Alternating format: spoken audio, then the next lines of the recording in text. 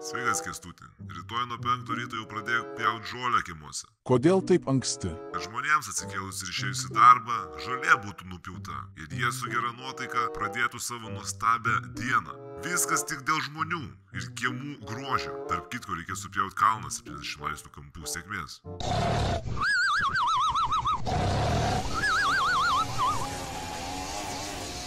Vėl jie su savo tais trimeriais dalbajoina, užmušiu nušausiu.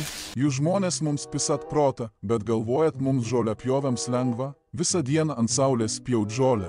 Su trimeriu. Aš su šita žolė pjovęs specovke tiek išprakaituoju, kad išgėrus vandens puslitriuką, po 10 minučių darbo galėčiau susirinkti tiek pat prakaito į buteliuką ir vėl išgert. Pjaunam pavasarį, pjaunam vasarą, pjaunam rudenį, tuoj pjausim ir žiemą, nes čia toj Lietuvoje ta žolė auga ir žaliuoja kiaurus metus. Davai dirbi, trimerinį, kol aš su traktoriuku kimarą gaudau.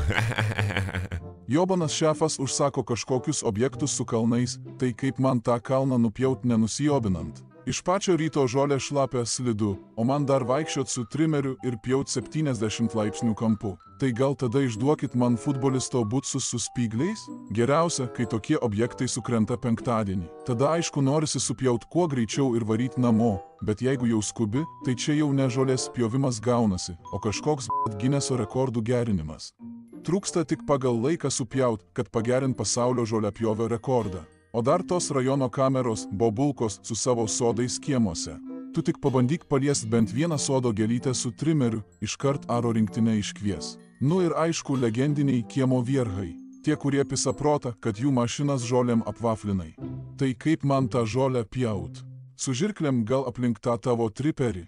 Džiaukis, kad žolėm aplipęs tas tavo kibiras, bent rūdžių nebesimato. Pisat protą, kad kiemuose žolė nepjauta ir jūsų sabakos negali šikt žolėse, nes galimai erkių prisigaudys per aukštą žolę, bet vos tik pradėjus pjaut, pisat protą, kad vėl tie su tais savo trimeriais ramybės neduoda. Skriskit į Egipto dykumas gyvent, ten nereikės klausytis trimerių karočią.